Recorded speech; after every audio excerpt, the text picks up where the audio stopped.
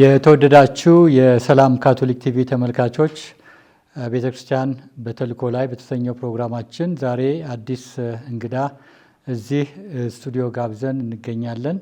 እንግዳችንም እጅግ የተከበሩ ቄስ ደረጀ ጀንበሩ ናቸው እና እሳቸውም ጥሪያችንን አክብረው እዚህ ተገኝተው ስለ ኢትዮጵያ ወንጌል አማኞች አብያተ ክርስቲያናት ካውንስል በመምራት ላይ ይገኛሉ እና እሳቸው በዚህ ዙሪያ ላይ እንደዚሁም ወንጌላውያን በኢትዮጵያ የሚሰጡትን አገልግሎት በተመለከተ ቆይታ ከእሳቸው ጋር እናደርጋለን። ስለ አገልግሎታቸው፣ ስለ ክርስቲያናዊ ስራቸው ሁሉ እና አብራችሁ እንድትቆዩ እንጋብዛለን። እጅግ የተከበሩ ቄስ ደረጀ እንግዲህ ጥሪያችንን አክብረው እዚህ ስለተገኙ እጅግ እናመሰግናለን እና በሰላም ካቶሊክ ቲቪ ሁልጊዜ ቤተክርስቲያን በተልእኮዋ ምን እየሰራች እንደሆነ የምንወያይበት አንድ ፕሮግራም ነው እና በዚህ ፕሮግራም ላይ እንግዲህ እንደ ቤተክርስቲያን ተልእኮ የምናየው አብያተ ክርስቲያናት ህብረት፣ አብያተ ክርስቲያናት ሌሎች ክርስቲያን ወንድሞችና እህቶቻችን በዚህ በኢትዮጵያም ይሁን በዓለም አቀፍ ደረጃ ያለውን በተለይ ከበይነ ክርስቲያናዊ አገልግሎት አንጻር የጋራ ውይይትም የምናደርግበት የፕሮግራም ነው እና የካቶሊክ ቤተክርስቲያን አገልግሎት ብቻ ሳይሆን በአጠቃላይ የቤተክርስቲያን ደግሞ እንደ ተልእኮ አድርጋ የሚታየው የክርስቲያኖች ህብረት አንዱ ነውና ከዚህ አንጻር ደግሞ በዚህ ፕሮግራም ተገኝተው ከኛ ጋር እንዲቆዩ እዚህ መጥተዋልና እጅግ ልናመሰግኖት እንወዳለን። እንኳን ደህና መጡ። አመሰግናለሁ። እንግዲህ እኔም ማመስገን አለብኝ ብዬ አስባለሁ። ምክንያቱም ለመጀመሪያ ጊዜ ሰላም ካቶሊክ ቲቪ ጠርቶ የፕሮግራሙ አካል ስላደረገ በሁሉም በካውንስሉ አብያተ ክርስቲያናት ስም እና በራሴ ስም ከልብ ለማመስገን እወዳለሁ። ምክንያቱም እንግዲህ ሁላችንም አንድ መንግስት ነው የምናገለግለውና ለዚህ ደግሞ በእናንተ ጋር ተገኝቼ ያለውን ነገር ለመናገር እድል ስለሰጣችሁ እግዚአብሔር ይስጥልኝ፣ ከልብ አመሰግናለሁ። አባ እሺ፣ እግዚአብሔር ይስጥልን፣ እኛም እናመሰግናለን።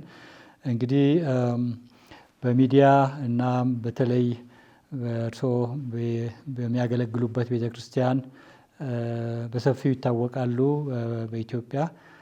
ነገር ግን ለተመልካቾቻችን የበለጠ ግንዛቤ እንዲኖራቸው እርስዎን የበለጠ እንዲያውቁ ለማድረግ ይረዳን ዘንድ ትንሽ የኋላ ታሪኮን ገባ ብለን ለማየት እንሞክራለን። እንግዲህ አሁን ያሉበት ትልቅ የአገልግሎት ፖዚሽን ቀላል አይደለም። ትልቅ አገልግሎት ነው እና ቤተክርስቲያን ለዚህ አብያተ ክርስቲያናት ሁሉም ለዚህ አገልግሎት ሲመርጦት እንግዲህ የሆነ ነገር ያዩት ነገር አለ። ያም ደግሞ መነሻ አለው እና ከህይወት ከክርስቲያናዊ ህይወቶች ጀምሮ ከዚያም በኋላ ደግሞ በትምህርት እንደዚሁም በአገልግሎት የቆዩባቸው እና ለዚህ ለትልቅ አገልግሎት ደግሞ አብያተ ክርስቲያናት ካውንስሉን ለማገልገል ደግሞ የሄዱበት መንገድ ትንሽ እይታ እንዲሰጡን እንድንተዋወቅ በዚህ ላይ የእርስዎ የአገልግሎት እና የህይወት ጅማሮ ላይ ትንሽ እይታ ይስጡን እላለሁ። እሺ፣ አመሰግናለሁኝ። እንግዲህ የኔ የኋላ ታሪክ እንዴት ብዙ ጊዜ ስለ ራሴ መናገር ይከብደኛል እና ስለ ሌላ ብናገር ይቀለኛል። ግን ዞሮ ዞሮ እኔ ከሰሜን ነው፣ ከጎጃም በተለይም ከደብረ ማርቆስ 1965 ዓ.ም 12ኛ ክፍል ስጨርስ አዲስ አበባ የገባሁት ያኔ ነው ክረምቱ ላይ እና እዚህ ባለሁበት ጊዜ ወንጌል ተመሰከረልኝ። ያስታውሳለሁ ከወለጋ የመጡ አንድ ወንጌላዊ ከኛ እኔ ከምኖርበት ቤት አጠገብ ይኖሩ ነበረ ተከራይተውና የኒህ ሰው ህይወት ከሚናገሩት ከሚያስተምሩት በላይ ማራኪ ነበር። ትህትና፣ መንፈሳዊ ህይወታቸው ከራሳቸው አልፎ ለሌላው የሚጨነቅ ልብ ያላቸው እውነተኛ መንፈሳዊ ህይወት የነበራቸው ሰው ነበሩና እሳቸው በደንብ እየቀረቡ ቀስ እያሉ ህይወታቸውንም እያሳዩ ወንጌሉንም እየመሰከሩ እያስተማሩ መጣው። ከዚያ የእሳቸው ህይወት ለወጠኝ ማለት እችላለሁኝ። በዚያ ምክንያት እንግዲህ ወደ ኢትዮጵያ ወንጌላዊት ቤተክርስቲያን መካነ ኢየሱስ አባል ሆኜ በ66 መጨረሻ አካባቢ ገባሁ። ከዚያን ጊዜ ጀምሮ የዋለው እንግዲህ በቤተ ክርስቲያን ውስጥ እና የቀጥሎ የነበረው ነገር ወደ መንፈሳዊ ነገር በኃይል ገባሁ። የጸሎት ነው፣ ቃል ማንበብ ነው፣ በቃ ሌላ የለም። መጸለይ፣ መጽሐፍ ቅዱስ ማጥናት፣ መጸለይ፣ ይሄ ነበር ህይወታችን። ከዚያ መንፈሳዊ ትምህርት መማር አለብኝ ብዬ መካነ ኢየሱስ ሴሚናሪ ገባሁ። ቴዎሎጂ መጀመሪያ አጠናሁኝ። ምክንያቱም የማምነውን ካላወቅኩ የመጀመሪያው ነገር ያ ስለነበረ እሱን እንደጨረስኩ ወደ ወሎ ነው የገባሁት ወንጌላዊ ሆኜ እና ወንጌላዊ ሆኜ እንግዲህ በየገጠሩ በእግር እየዞርን የክርስቶስ ኢየሱስን አዳኝነት እናስተምር እንሰብክ ነበረ። ቀላል አልነበረ። ምስራቱ አለ፣ ነቀፌታው አለ፣ መገፋቱ አለ። እንዲህ አሁን አልፎ ሲያዩት ቀላል ይሆናል እንጂ ያኔ የነበረው ጫና ከባድ ነው። ግን ሙሉ በሙሉ ህይወታችን የተሰጠ የወጣትነት ዘመናችን ለክርስቶስ ብለን የወጣን ስለነበር በአንዱም ነገር ቅር ብለን አናቅም። ስለዚህ ያለውን ያለችንም እንትን ማለት ነው። እኛ የገንዘብ እንትን አናቅም፣ ማስተማር ብቻ ነው ስራችን እና በዚያ መልክ ጀመርኩኝ አገልግሎት። ቀስ እያለ እንግዲህ መሰላሉን እየወጣሁ ወንጌል ክፍል መምሪያ ምናምን እየተባለ ወደ ከፍተኛ ደረጃ ያመጣሁኝ። ለረጅም ዓመት በሰሜኑ ነው ያገለገልኩት። ለረጅም ዓመታት በተለይም ወሎ፣ አፋር፣ ትግራይ እና ሰሜን ጎንደር የነበረውን የወንጌልና የልማት ስራ ለረጅም ዓመት መርቻለሁኝ፣ አገልግያለሁኝ። እርዳታውም ልማቱም የሚያጠቃልል ነበረ።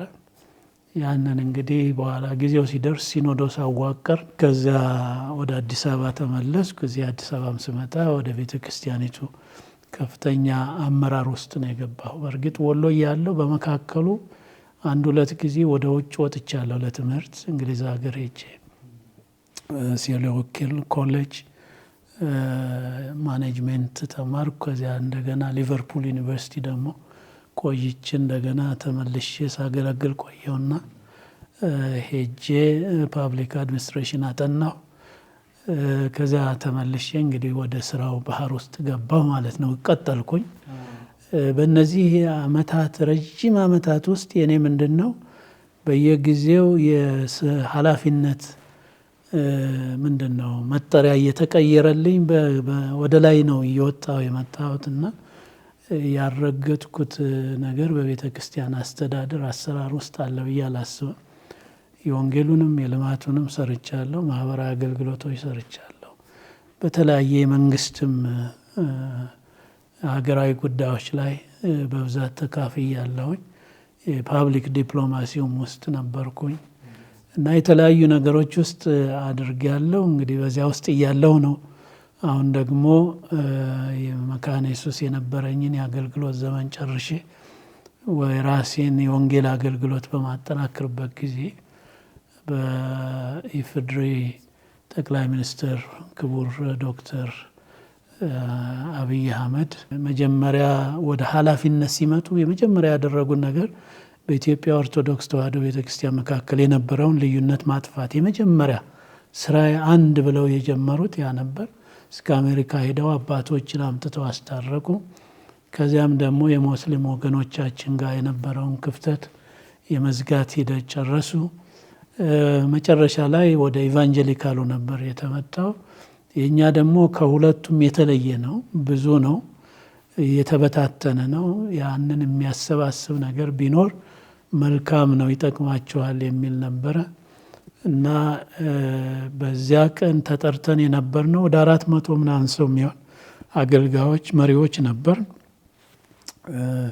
በእለቱ ምንድነው ምክረ ሀሳብ የሚያቀርብ አጥንቶ ምን ቢሆን ይሻላል ብሎ የሚያቀርብ አንድ ኮሚቴ ቋም ተባለ። ያን ኮሚቴ ከ15 ሰዎች አንዱ ሆኜ ከመካነ ኢየሱስ ተጠቁሜ ገባሁ እና ዋናው እሱ ነው። በዚያ ገባሁ። ያም 3 ወርም በላይ ወደ 8 ወር 9 ወር ወሰደ። ቀላል እንትን አልነበረም ወደ አንድ ለማምጣት። እንደገና ደግሞ አዲስ እንደመሆኑ የማደራጀት ስራ ለአንድ አመት ያህል ቢረዳን ብለው እኔ በሌለሁበት ተመረጥኩ። እንደገና ኤኒዌይ በዚያው ቀጠልኩ። እንዲህ እያለ ጠቅላይ ጸሐፊ አሁን ደግሞ ፕሬዚዳንት ተብዬ እያገለገልኩ ነው ያለውና ረዥሙን ነገር ባጭሩ ለመናገር ይሄ ነው የኔ ሰብሰብ ባለማልኩ። አይ በጣም ጥሩ ነው የገለጹልን። እንግዲህ ብዙ ነገሮች ማንሳት እንችላለን በአሁን ካነሱትም ውስጥ። ነገር ግን በሌላም ጊዜ ምናልባት በተለይ የኢትዮጵያ ወንጌላዊት ቤተክርስቲያን መካነ ኢየሱስ ሰፋ ያለ ስራ ሰርታለች። ከካቶሊክ ቤተክርስቲያንም ጋራ የቀረበ ግንኙነት ኖሯት ብዙ ስራ በጋራ ተሰርቷል። በተለይ የኢትዮጵያ ኦርቶዶክስ ተዋሕዶ ቤተክርስቲያንና የኢትዮጵያ ካቶሊካዊት ቤተክርስቲያን ሶስቱ አብረው ብዙ ሰርተዋል እና በዚህ ላይ ምናልባት ፈቃዶ ከሆነ እርሶም በሰፊው የተሳተፉበት ስለሆነ ወደፊት እንግዲህ ልናነሳው እንችላለን። ዛሬም ባይሆን ግን ይሄ አሁንም ያነሱት የካውንስሉ መመስረት መሰረቱ ዓላማው ለምን እንደሆነ ገልጸውልናል እና ይሄ ትልቅ አገልግሎት ነው። በዚህም ከነበሩት የስራ ልምድ ትምህርትም እንደዚሁ ተሞክሮ ሁሉ በማየት አሁንም እንግዲህ ባለፉት አመታት የነበረውም ቀላል እንትን አይደለም የነበረው ሁሉ ፕሮሰስ ሰምተናል። አሁንም እንግዲህ በአዲስ መልክ እንደ ፕሬዚደንት ተመርጠው እንግዲህ የሚቀጥሉት 5 አመታት ይመስለኛል አገልግሎት እንዲሰጡ አብያተ ክርስቲያናቱ መርጠውታል እና እንኳን ለዚህ አገልግሎት አበቃዎት እያልን ቀላል ስራም ስላልሆነ እንግዲህ እግዚአብሔር በዚህ ሁሉ አገልግሎት ላይ ይርዳዎት ከሚል ከጸሎትም ከምኞትም ጋር ነው የምንናገረው። ምክንያቱም ይሄ ሹመት ይባላል ወይም የአገልግሎት ቦታ ፖዚሽን መስጠት ነው፣ ግን ብዙ ሳክሪፋይስ የሚጠይቅ መሆኑን እናውቃለን እና ይህ አገልግሎትስ እንዴት ነው እንደው አሁን በእኛም በኢትዮጵያ ካቶሊካዊት ቤተክርስቲያንም ወደ ሌሎች አብያተ ክርስቲያናትም በምናስብበት ጊዜ እንደ ክርስቲያን ነው የምናስበው። እንደ ክርስቲያን ሁላችንም አንዳችን ሌላችን የማሰብ ግዴታ አለብን። እንዴት ናቸው? እንዴት እየሄደ ነው? እነዚህ አንዳንድ የሚነሱ የሚጀመሩ መልካም የሆኑ እንቅስቃሴዎች ደስ እያለን በጸሎትም እንከታተላለን እና ይህ እንግዲህ አገልግሎት እንዴት ነው በተለይ ስለ በይነ ክርስቲያናዊ እንቅስቃሴ በኢትዮጵያ እንዲኖርም ቤተክርስቲያናት ይሻሉ። በተለይ የካቶሊክ ቤተክርስቲያን ይህንን በዓለም አቀፍ ደረጃም የምታየው ነው። ኢኩሜኒካል ዳያሎግ ከሌሎች አብያተ ክርስቲያናት ጋር ያለውን ግንኙነት እና ይህ አሁን ያለው እንትን ከእርሶም ጋር በዚህ መስመር ቤተክርስቲያናት ሌሎችም ኦርቶዶክስም የካቶሊኩም መስራት ይችላሉ የሚልም ተስፋ የሚሰጥ ነገር ነውና ከዚህ አንጻር እንግዲህ እስኪ አሁን ስለ ካውንስሉ የተወሰነ እይታ ቢሰጡን ደስ ይለናል።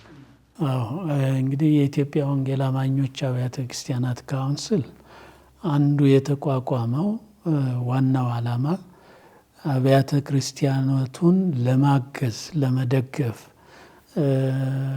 በሚቸገሩበት ጉዳይ ላይ አብሮ ሆኖ ተጨማሪ አቅም ሆኖ ለማገልገል የሚስዮንን ስራ ደግሞ በስፋት እንዲካሄድ። ምክንያቱም ካውንስሉ ደጋፊ እንጂ ራሱ በየቦታው እየዞረ ቤተ ክርስቲያን የሚመሰርት አይደለም።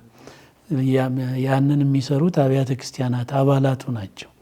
እና በውስጡ በነገራችን ላይ በሰላም ሚኒስቴር ከዚያም በፊት በፌዴራል ጉዳዮች ሚኒስቴር በኩል ተመዝግበው ከዚያም በፊት በፍትህ ሚኒስቴር እንዲህ እያለ ነው የመጣው።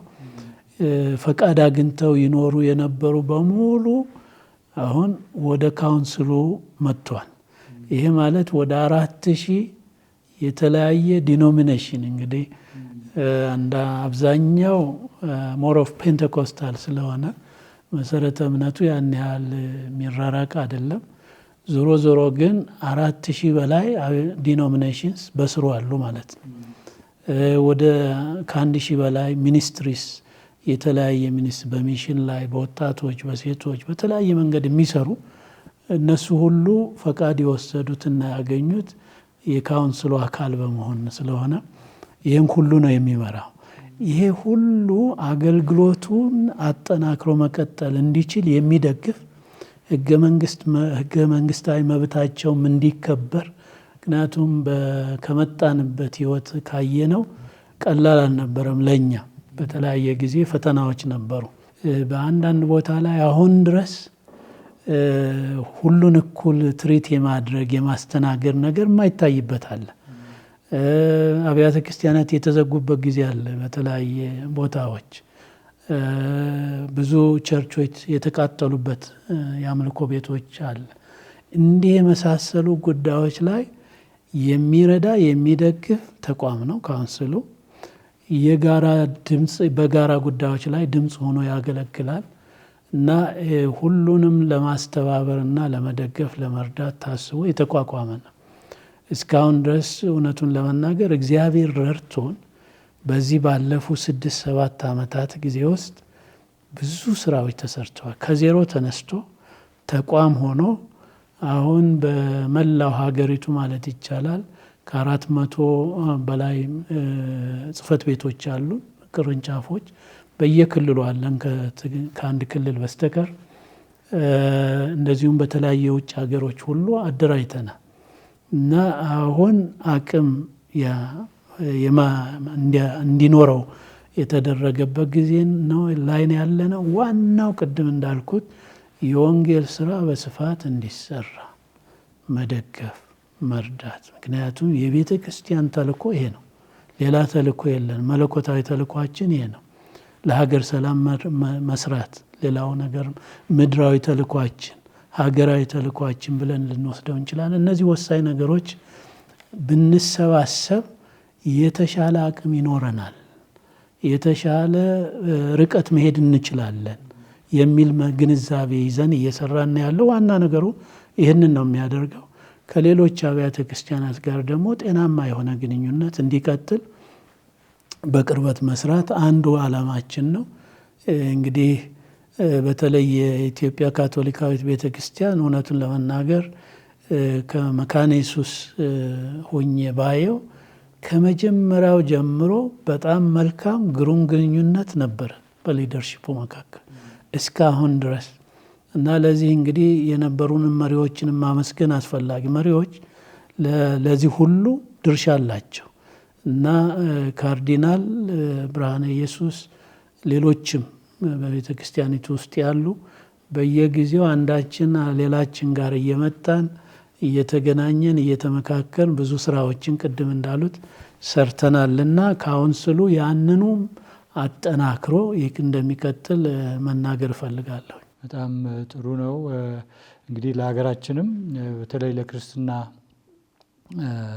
እምነት በዚህ ሀገር የበለጠ እንዲጠናከር እንዲስፋፋ ለማድረግ ትልቅ እንትን ነው፣ በተለይ የክርስቲያኖች ህብረት።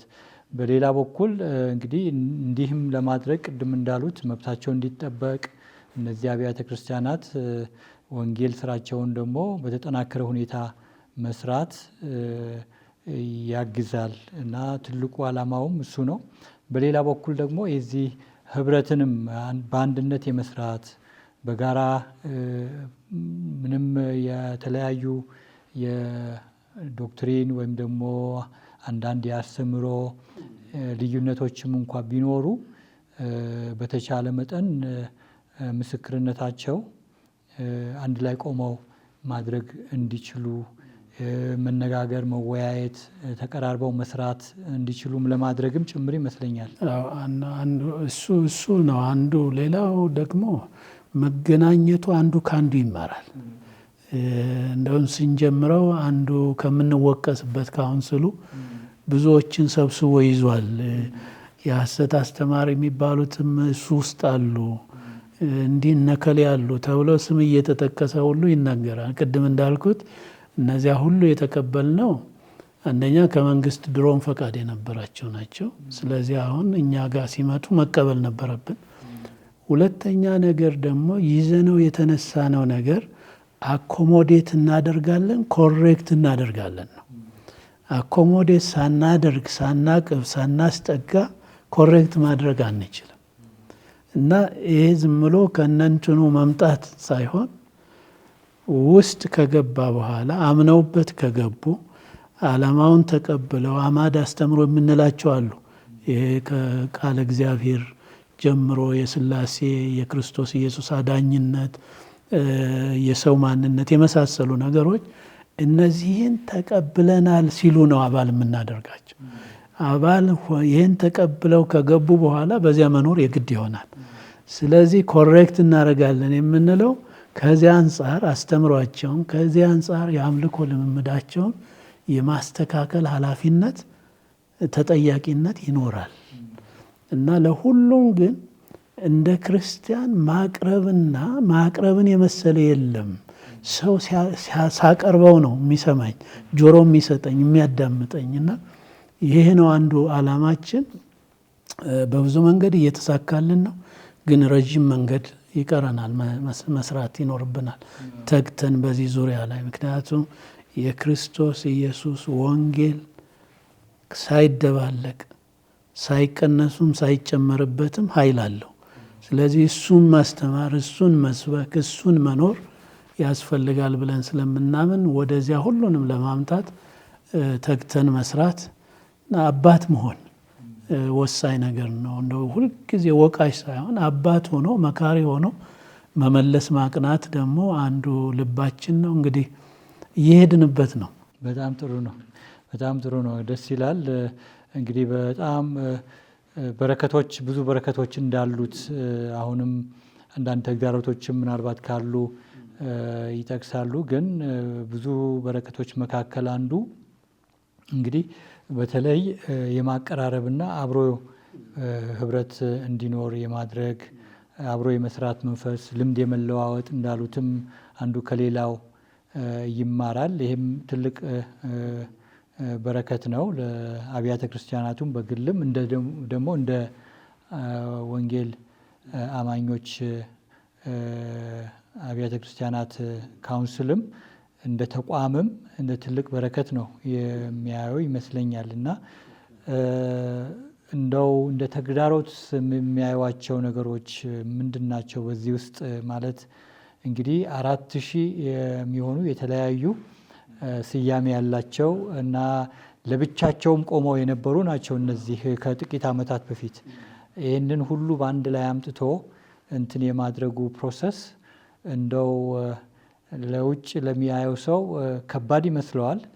ግን ያው በእግዚአብሔር ቤት ለሚሰራ ሰው ደግሞ ደፍሮ ይገባና አብረን እንሰራለን፣ ወንድሞች ኑ ተሰብሰቡ፣ እንዲህ እናድርግ ብሎም ያበረታታልና እንደው እንደ ተግዳሮት የሚያዩዋቸው ነገሮችም ምንድን ናቸው? ወይም ያለፉም እንደው እንዲህ አድርገን አስተካክለናል የሚሏቸው ነገሮች ይኖራሉ?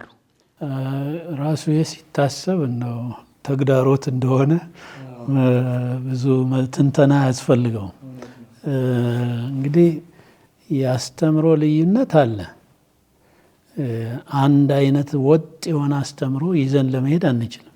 እኔ እንደው አንዳንድ ጊዜ ክርስቶስ ራሱ በዚህ ጊዜ ዳግም ቢመጣና ተመልሶ እንዲህ ነው ይሄ ነው ቢለን አይደለህም ብለን የምንሞግተው ይመስለኛል። አንድ ላለመሆን እያንዳንዱ የኔ የሚለውን ነገር ይዞ ነው የሚሄደውና የአስተምሮ ውህደት አይኖርም። ሁሉም የራሱን አስተምሮ ይዞ ይሄዳል። ነገር ግን አዕማደ አስተምሮ ባልናቸው ነገሮች ሁላችንንም ይገዛሉ። ለምሳሌ 66ቱ ቅዱሳት የብሉይና የሐዲስ መጽሐፍት እንግዲህ ወደ ካቶሊክ ስንመጣ ይጨምራል። ስለዚህ እነዚህን ኢቫንጀሊካል የሚያሰኘን አንዱ እነዚህ ናቸው።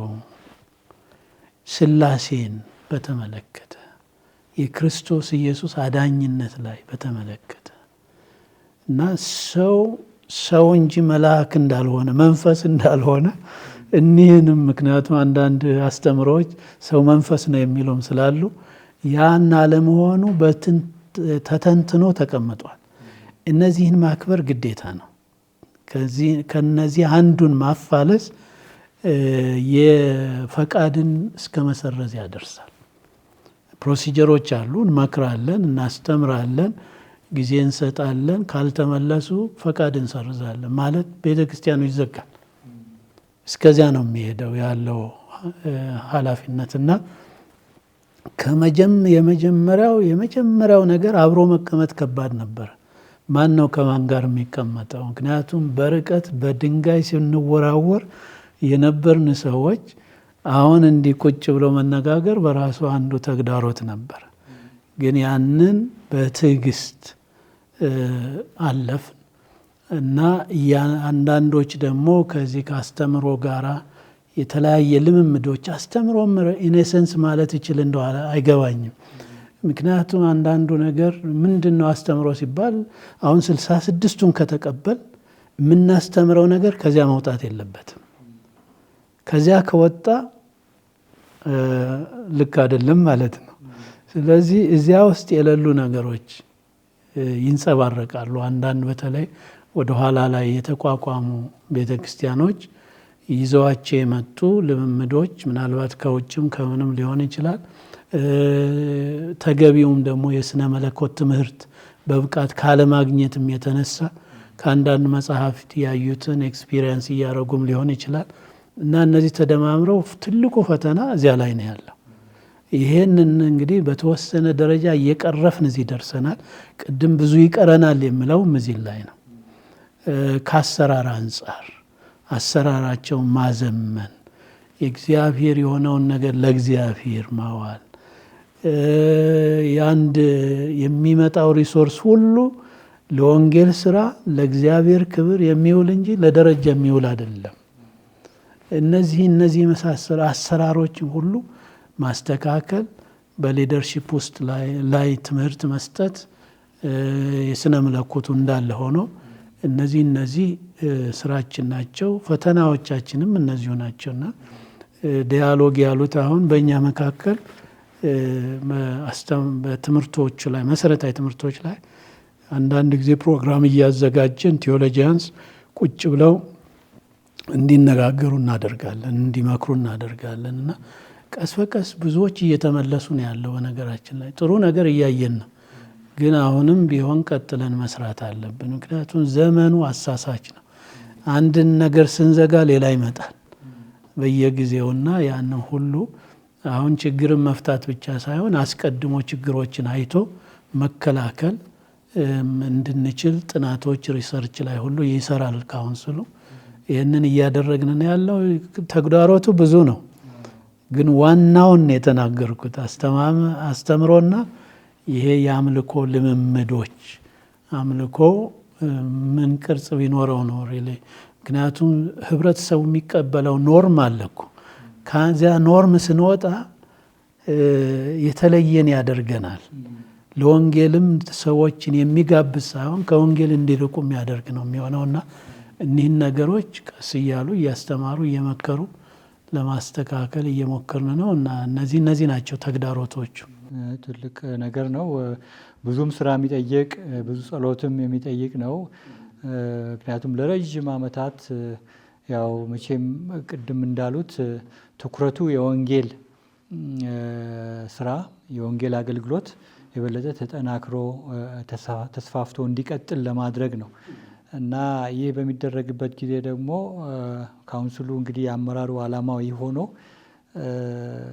ከብዛት የተነሳ አንዳንድ ደግሞ የግል ኢንተረስቶችም ይኖራሉ። ወንጌል ላይ ያላማከሉ ነገሮችስ እንዴት ነው የሚሆኑት የሚለውም ራሱ አንዱ ሌላ ተግዳሮት ነው። አንዳንዴ በሚዲያም በሚታይ ጊዜ የነበራችሁ ያንን ወደ መስመር ለማስገባት የግል የሆኑ ወንጌልን ማዕከል ያላደረጉ እንቅስቃሴዎች እንዴት አድርገን ነው ከነዚህ አካላት ጋር ተነጋግረን መስመር መግባት የሚችሉትም የሚለው በጣም ቀላል አልነበረም ለማለት ነው። ልክ ነው። እንግዲህ እንዳው እንደ ምሳሌ ለምሳሌ ከጸጋ ስጦታ ጋር ተያይዞ ከዚያ ጋር ተያይዞ የሚባሉ ነገሮች ዘይት እንግዲህ ቀብቶ መጸለይ ይቻላል። ነገር ግን ዘይት መሸጥ አይቻልም። ያ የቤተ ክርስቲያን ስራ ሊሆን አይችልም። ሌሎችም ነገሮች ከዚህ ጋር የተያያዙ ነገሮች አሉና ዋናው እንግዲህ ወደ እውነተኛው ነገር እንመለስ፣ የማይጠቅመውን እንጣል፣ ወንጌልን እናገልግል፣ ለራሳችን ክብር ሳይሆን ለእግዚአብሔር ክብር እንኖር ነው እና ያ ከሆነ አያጣላም፣ አያስቸግርም። ግን ቅድም እንዳሉት እርስዎም ለተወሰኑ ዓመታት የኖርኩት የተለማመድኩትን ነገር ቶሎ ብሎ ቆርጦ ለመጣል ያስቸግራል።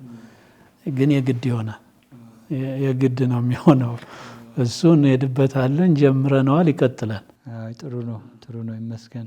እንግዲህ ይህ ነገር አሁንም እንደ በረከት ከሚታዩት ነገሮች መካከል አንዱ እንግዲህ እንደዚህ አብያተ ክርስቲያናት ተቀራርበው አንድ ላይ የመነጋገር ወንጌልን የማገልገል ዓላማ ደግሞ አንድ ዓላማ መኖር ትልቅ ነገር ነው። ለወንጌል አብያተ ክርስቲያናት አማኞች አብያተ ክርስቲያናት ብቻ ሳይሆን ለሌላውም የክርስቲያን ወገን ትልቅ ጠቀሜታ አለው። ምክንያቱም ለመነጋገርም አንዳንድ በጋራ ጉዳዮች ላይ በጋራ ለመስራትም ትልቅ ጠቀሜታ አለው። እንደሚያውቁት ቅድምም እንዳሉት እነዚህ የኢትዮጵያ ኦርቶዶክስ ተዋሕዶ ቤተክርስቲያን፣ የኢትዮጵያ ካቶሊካዊት ቤተክርስቲያን እና የኢትዮጵያ መካነ ኢየሱስ ቤተክርስቲያን ትልቅ ስራ ሰርተዋል ረዥም ጊዜ። በተለይ እንደ ጂአርፒ ተደርጎ በተቋቋመ ጊዜም ብለው ነግረውኛል በሌላ ጊዜ እና ይህ የተቻለው እንግዲህ መነጋገር ተቀራርቦ በጋራ ጉዳዮች ላይ አብረን እንስራ መባባል በመቻሉ ነው እና አሁንም ቢሆን በሀገራችን በተለይ ድሆችን በማገልገል ረገድ ብዙ ስራ አለ። እንደዚህ የሰላም ግንባታ ላይ ብዙ ስራ አለ፣ የእርቅ ስራ እና አብያተ ክርስቲያናት ከተባበሩ ብዙ በጋራ መስራት ይችላሉ። የጋራ ጉዳዮች አሏቸውና እኔ ለዚህም ትልቅ በር ይከፍታል ብዬ አስባለሁ። እርሶም ደግሞ ልምድ እንዳለው ትልቅ አባት በዚህ ፖዚሽን ላይ እዛ መገኘት ብዙዎች ተስፋ የሚያደርጉበት ነገር ሆኖ አግኝቼዋለሁ። አመሰግናለሁ። ልክ ነው፣ እውነት ነው። በተለይ እንግዲህ የኢትዮጵያ ኦርቶዶክስ ተዋሕዶ ቤተክርስቲያን፣ የኢትዮጵያ ካቶሊካዊት ቤተክርስቲያን፣ የኢትዮጵያ ወንጌላዊት ቤተክርስቲያን መካነ ኢየሱስ እነዚህ ሶስቱ የረዥም ዓመት ቆይታም ስላላቸው በእነዚህ ረዥም ዓመታት ብዙ ስራዎችን በአንድ ላይ ሰርተዋል። ቅድም ኖት ጂአርፒ ብቻ ሳይሆን በሰላም ዙሪያ ላይ እኮ አንዳንዱ ተሳክቷል፣ አንዳንድ ያልተሳካም። ለምሳሌ ኢትዮ ኤርትራ ችግር ሲነሳ እኮ ለማስታረቅ ተሞክሯል። እስከ አስመራም ድረስ ተሄዷል። እዚያም መሄድ አልቻልንም፣ በኋላ አልተፈቀደም። እዚህ ግን እንዲመጡ እነሱን አድርገናል። ውጭ ድረስ ኖርዌይም ናይሮቢም ምልልሶች ተደርገው እነዚህን ሁለት መንግስታት ለማቀራረብ ብዙ ተደክሟል አስታውሳለሁኝ። እና የቀድሞ የደርግ ባለስልጣኖችን እኮ ያስፈቱ በኋላ ሙስሊሞችንም ጨምረን እኔ አብያተ ክርስቲያናት ትልቅ ስራ ነው የሰሩት። እና ምክንያቱም አንዱ ሲነሳ ሌላው ሲወድቅ የወደቀውን በማሰር ቂም ትቶ ከመሄድ አንድ ቦታ ላይ መቆም አለበት። ይቅር መባልን መማር አለብን እና ባካችሁ ተው ተብሎ ለምነን በተለያየ ከተማ ተዙሮ ሰዎች ልከን ወደ 70 ነው ምናምን ከተማዎች ወኪሎች ህዝብ እያነጋገሩ ይቅርታ እንዲያደርግ ህዝቡ፣ ምክንያቱም እናት የሞተበት አባት ልጅ የሞተበት ብዙ አለ በደርግ ጊዜና እኒህ ባለስልጣኖች ይፈቱ የደርግ ሲባል ሾክ ያደርጋል። የሞተበት ልጇ የሞተችባት እናት አለች እና ያ ይከብዳል። ግን ቂምን ይዞ ከመኖር አንድ ቦታ ላይ መዝጊያ እናድርግለት የሚል ስለነበረ እኒህ አባቶች ትልቅ ሚና ተጫውተዋል፣ ተሳክቷል። በተለያየ መንገድ ጂአርፒ ጆይንት ሪሊፍ ፕሮግራም ተብሎ የተጀመረው እኔም ራሴ በተወሰነ ደረጃ ስለነበርኩበት የማቀው ጉዳይ ነው። በጣም ታምር ነው የተሰራው። በዚያን ጊዜ ህዝብ በረሃብ በሚረግፍበት ሰዓት በወሎ፣ ትግራይ፣ ጎንደር፣ አፋር አካባቢ ያለው ቀድሞ በመድረስ ደረጃ በግላቸው ደረሱ፣ መርዳት ጀመሩ። ከዚያ በኋላ ተባበሩና ይህንን ተቋም መሰረቱ። ስራውን ኃላፊነቱን ተከፋፍለን ነበር የሰራ ነው። አንዱ የፋይናንስ አድሚኒስትሬሽን፣ አንዱ ሎጂስቲክ፣ አንዱ ትራንስፖርት፣ አንዱ ምን ይዞ ተሰራና የአካባቢውን ደግሞ አንዱ ቆቦን ከሌ ዲስትሪቢዩተርስ ምንድነው ይሄ ላሊበላ አካባቢ ኢትዮጵያ ኦርቶዶክስ መካነ ኢየሱስ የእጁ አምባሰል እንደዚህ ተብሎ በቅንጅት ነው የተሰራው።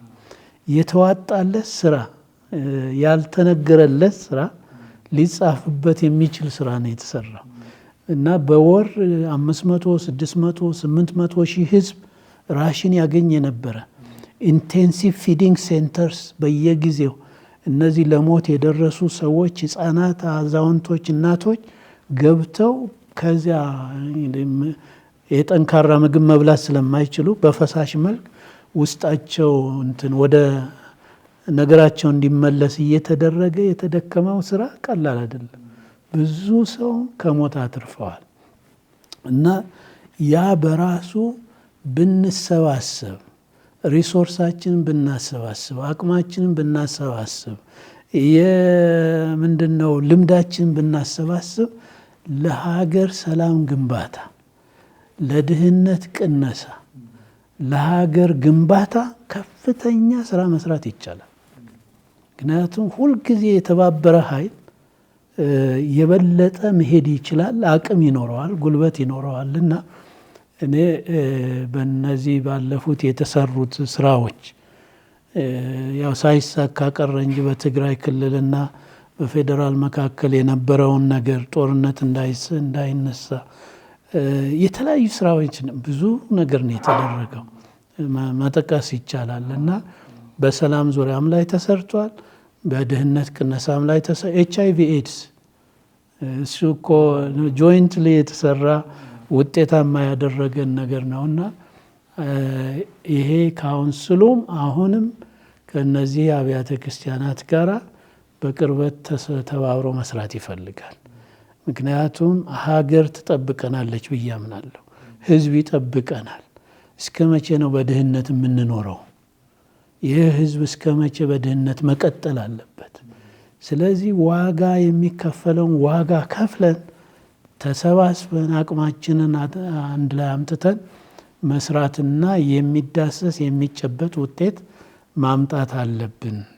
ከድህነት መውጣት አለብን። ልጆቻችን ወጣቱ ስደት እየወጣ በየበረሃው እየቀረ ወንዝ እየበላው በየተለያየ ሀገር መከራውን አይቶ እየኖረ የራስ ያልሆነ ሀገር የራስ አይደለም ምንጊዜም እና ይመቻል ማለት አይደለም። አሁን ብዙ ሰው ውጭ የሄደ ሰው ተመችቶት የሚኖር ይመስለዋል። ግን ዙሪያ ይቻለው አይደለም መከራቸውን አይተው ነው የሚኖሩት። ስለዚህ እዚህ ሀገራችን እድገት ቢታይ ተጨባጭ ነገር ቢመጣ ይሄ ሁሉ ሊሆን አይችልም እና የበለጠ አብያተ ክርስቲያናት መስራት አለብን። ለዚህ ደግሞ ተሞክሮ አለን ውጤት ማምጣት እንደምንችል የሚለውን እንደው ለመናገር ያህል ነው። የተወደዳችሁ የሰላም ካቶሊክ ቲቪ ተመልካቾች ከክቡር ቄስ ደረጀ ጀንበሩ ጋር የነበረን የመጀመሪያው ክፍል ቆይታ በዚህ አጠናቀናል። ሁለተኛው ክፍል ላይ በተለያዩ ርዕሶች ተመልሰን እንመጣለን። እግዚአብሔር አምላክ ምስጋና ይግባው። አቤቱ ምሕረት